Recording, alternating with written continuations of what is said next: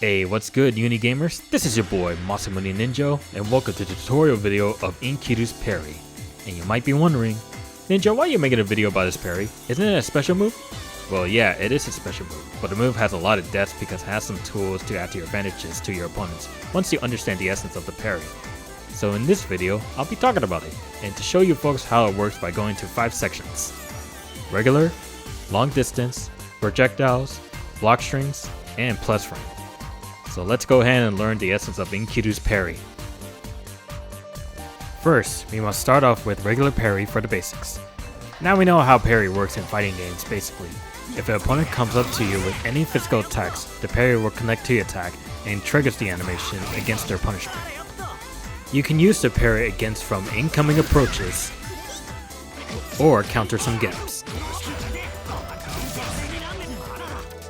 With Enkidu's case in this game, he can use the parry to pull in any physical attacks in mid-range. Let's take a look on the A parry with chain shift. Enkidu's A parry has a trait that when you do a chain shift, you can input the A parry during the phase into a 1 startup frame, either on wake ups or counter some gaps on block strings. Enkidu's B parry can trigger a blowback and gets the opponent to perform a combo extender once the physical attack has made contact.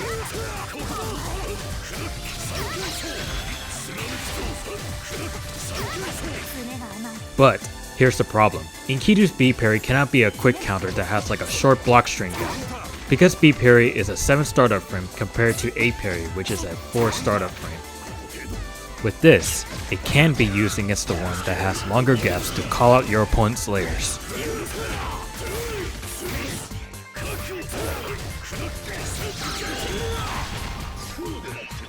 If C parry used immediately after chain shift, it gains the following rewards of: hit count is increased from 3 to 5, deals additional damage, steals the additional grid block, and horizontal and vertical range is increased. But the flawed side is the advantage frame changes from -6 to -7. Alright, now you know the basics. It's time to talk about the long distance parry section. When it comes to Enkidu's parry hit contact at any physical attacks, does not mean you can pull them towards you at full screen. Here's how it works. Once you parry a long distance physical attacks against specific characters like Gordeau, the hit contact is trying to reach your opponent on its maximum range in a millisecond, but unable to reach its goal. If the hit contact couldn't reach your opponent, there are options to your advantages. You can dash up, block in another attack, input another parry,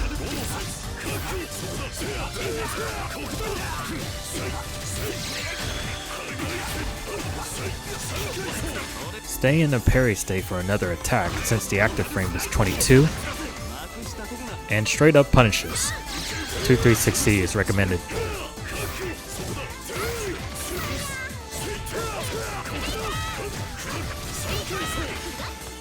Next, let's talk about dealing against projectiles.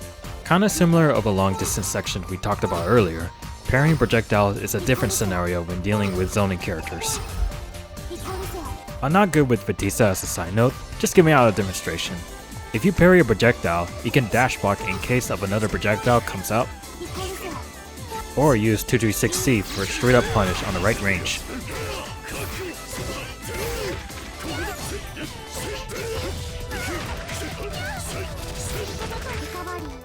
Keep this in mind, if you parry the projectile and you stay on the parry stance, you'll end up getting throw punish from your opponent.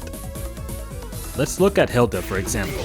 When the Hilda player decides to go for an Oki ender, you wake up instantly and parry her spikes while she's doing her mix-up game. But when the Hilda player see you doing wake up parry against her Oki, you'll end up getting throw punish on her Oki.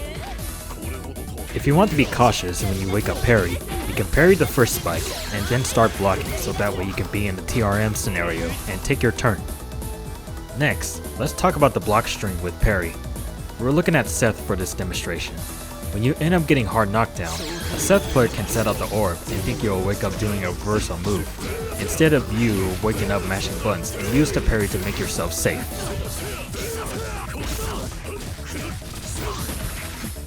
But here's the thing, if you wake up mashing buttons doing a block string with parry, does not mean you're always plus.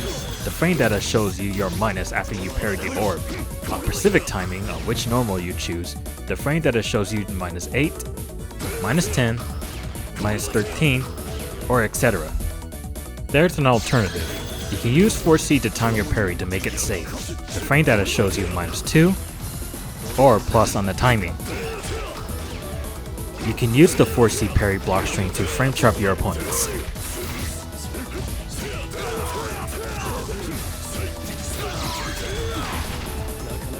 If a Seth player knocks you down and sets the orb right behind you, best way is to time your Blockstring short consistently. Other characters that have similar scenarios like Nanase's 22C or Ogre's bomb set. And lastly, we're going to talk about the secret of Enkidu's parry, the plus frame on block. If the opponent does a move on neutral and it has Vorpal and hits the parry, they can chain shift out of the move and blocks the hit contact, but you're plus 16 after when the opponent blocks it. When this happens to you, you can go in and steal the turn, because if the opponent does not block the hit contact, the animation will be trigger a counter anyways. No matter what other characters move, they can chain shift out. Even against safe jumps, you can still steal the turn.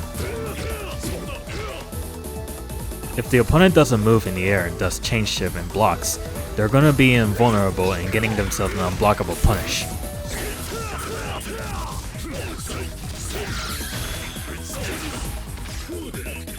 And that's that. I'm glad I'm able to do this video because it felt very important to me when new players are picking up Enkidu. Like, comment if you got some questions, and subscribe for more future content. And I'll see y'all later. Peace.